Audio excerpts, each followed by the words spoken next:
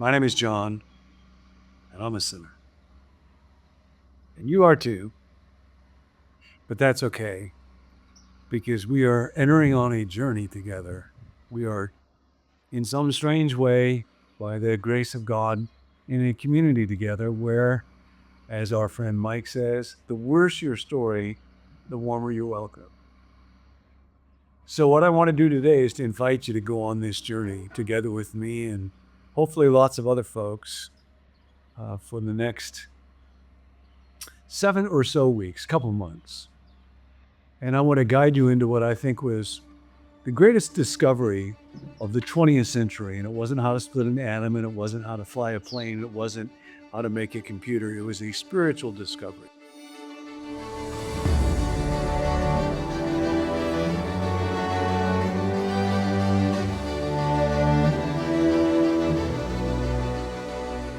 But before I tell you that story, I want to encourage you with one thought for the day and one thought that you can enter into this journey with. When I was a pastor at Menlo years ago, one of the guys on our staff, Eugene Lee, was a very effective campus pastor. He also had a black belt in martial arts. And to illustrate some point, I have no idea what that point was. One time we actually did a video where I held a block of wood and he did a 360-degree spin and splintered that block of wood that I was holding right in front of my face with his foot. I will never do that again. But I'll always remember something that Eugene told me that said to me something a lot about life and about discipleship. He said a black belt is just a white belt that keeps showing up. Black belt is just a white belt that keeps showing up. And you and I are invited on the greatest adventure, the greatest opportunity that has ever been offered to human beings, and that is to become followers of this man, Jesus. And the invitation is keep showing up. I'll put that in another way towards the end of our time together today. Here's the great spiritual discovery that was made by somebody who was in desperate need. He was a man, stockbroker named Bill, known to history as Bill W. And he was a utterly hopeless alcoholic. And I won't go into the details of that part of his story. But the utter hopelessness is a real important part that we'll take a look at as we're on this journey together. And he had promised 100 times that he would quit. He had lost money. He had lost jobs. He had lost friends. He had lost everything. The doctor had told his long-suffering wife that her basic choices were that he could go into an asylum, or she could watch him go crazy, or watch him drink himself to death. And at a point where he had become utterly hopeless, one day he was visited by a friend, Ebby T. And Ebby had even a worse drinking problem than Bill had. But on this occasion, his eyes were clear and his face was bright. And when Bill offered him a drink, he said, "No, I'm not drinking it." Bill thought, well, good, more for me. But then when he asked him why, Ebby said that he had found God. And Bill had no use for that at all, except that he was so desperate. Ebby had become part of a group that was called the Oxford Group. We'll talk more about them. The Oxford Group was an attempt to recapture following of Jesus in concrete ways in the modern era. And so they were quite intense in the way that they would try to follow Jesus together. And that's what Ebby had found. And he told Bill about that. And Bill wrestled for a few days, went to a meeting, and when they asked people to step forward and give their lives to Jesus, he did that, but felt kind of foolish when he woke up the next morning, except that he remembered that on his way home from that meeting, he had not even been tempted to stop by a bar for a drink. And so he went into hospital to try to sober up and figure out, was he willing to try this method, this turning his life over to God? And years later, here's part of what he wrote about when he was in that hospital room. My depression deepened unbearably, and finally it seemed to me as though I were at the bottom of the pit. I still gagged badly on the notion of a power greater than myself. But finally, just for the moment, the last vestige of my proud obstinacy was crushed. All at once I found myself crying out, "If there is a God, let him show himself. I am ready to do anything, anything." And that might not be a bad prayer today. Doesn't take a lot of faith. If there is a God, let him show himself. I'm ready to do anything. Suddenly the room was lit up with a great white light. I was caught up into an ecstasy which there are no words to describe. It seemed to me in the mind's eye that I was on a mountain and that a wind, not of air, but of spirit, was blowing. And then it burst upon me that I was a free man. Slowly the ecstasy subsided. I lay on the bed, but now for a time I was in another world, a new world of consciousness. All about me and through me, there was a wonderful feeling of presence. And I thought to myself, so this is the God of the preachers. A great peace stole over me. And I thought, no matter how wrong things seem to be, they are all right. Things are all right with God and his world. And of course, put in very other words, that's the great message of Jesus. Now the kingdom of God has come near to you. And so this man, Bill W., went back to the Oxford group because a single experience can be a gift from God, but it's never enough. And he began to learn, how do you follow Jesus? And then he met another man. We'll talk about that story. And then a group of people. And over time, folks who had been utterly helpless in their addiction discovered that if they were to seek after God with a certain kind of intensity, in a certain kind of way, and do it together, that they would receive power. See, here's the story. Here's the promise for you today. It is power. It is spiritual power.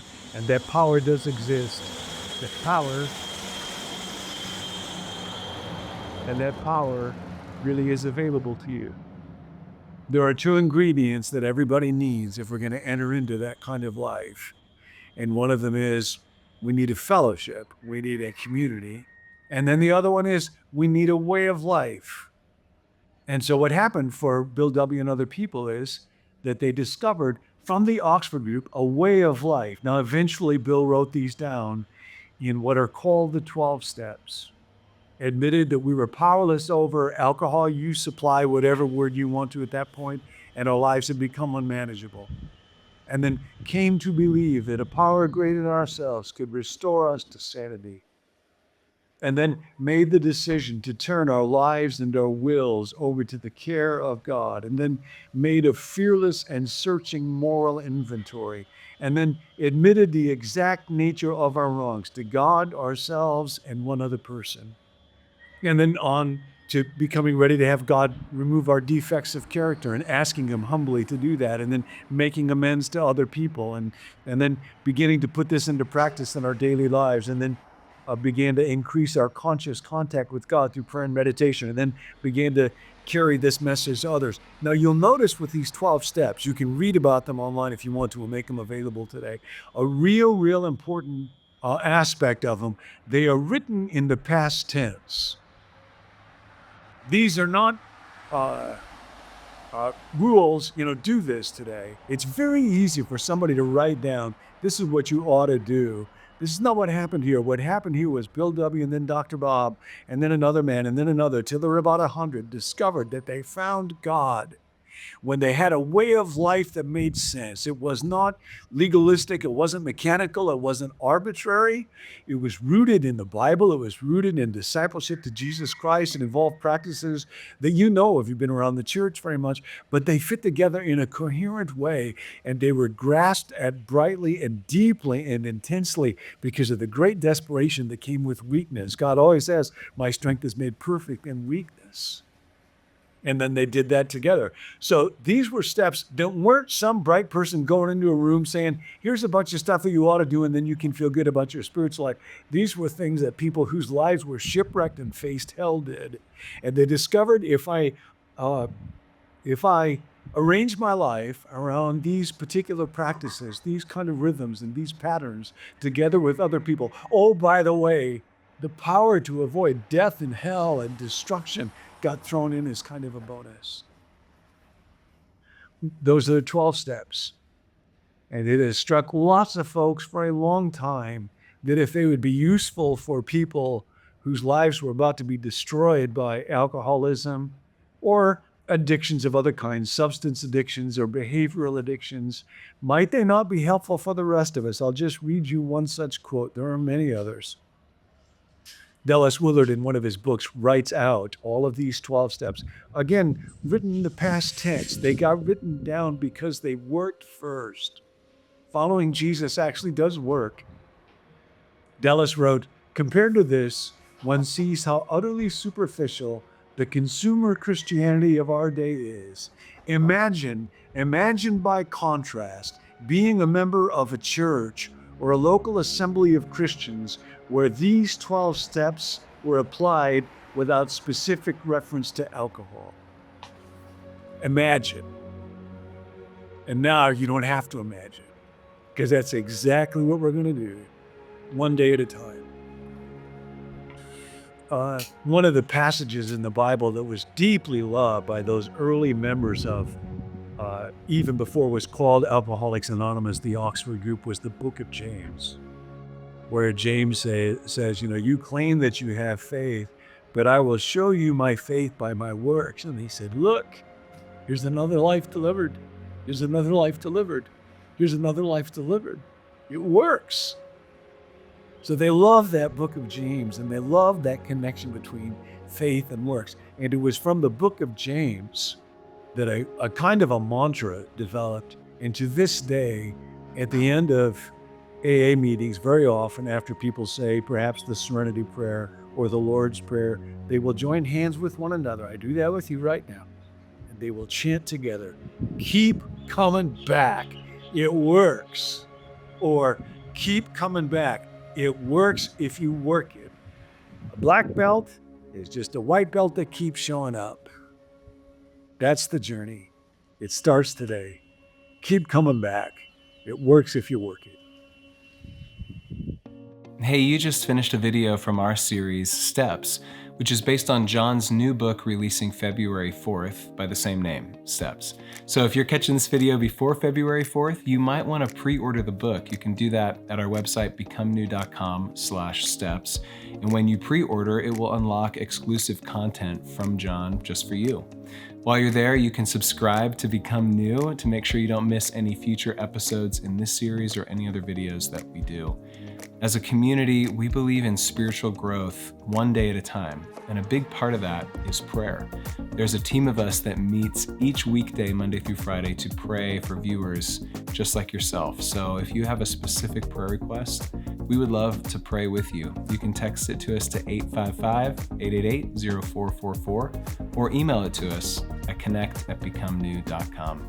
Thanks for joining us, and we'll catch you next time.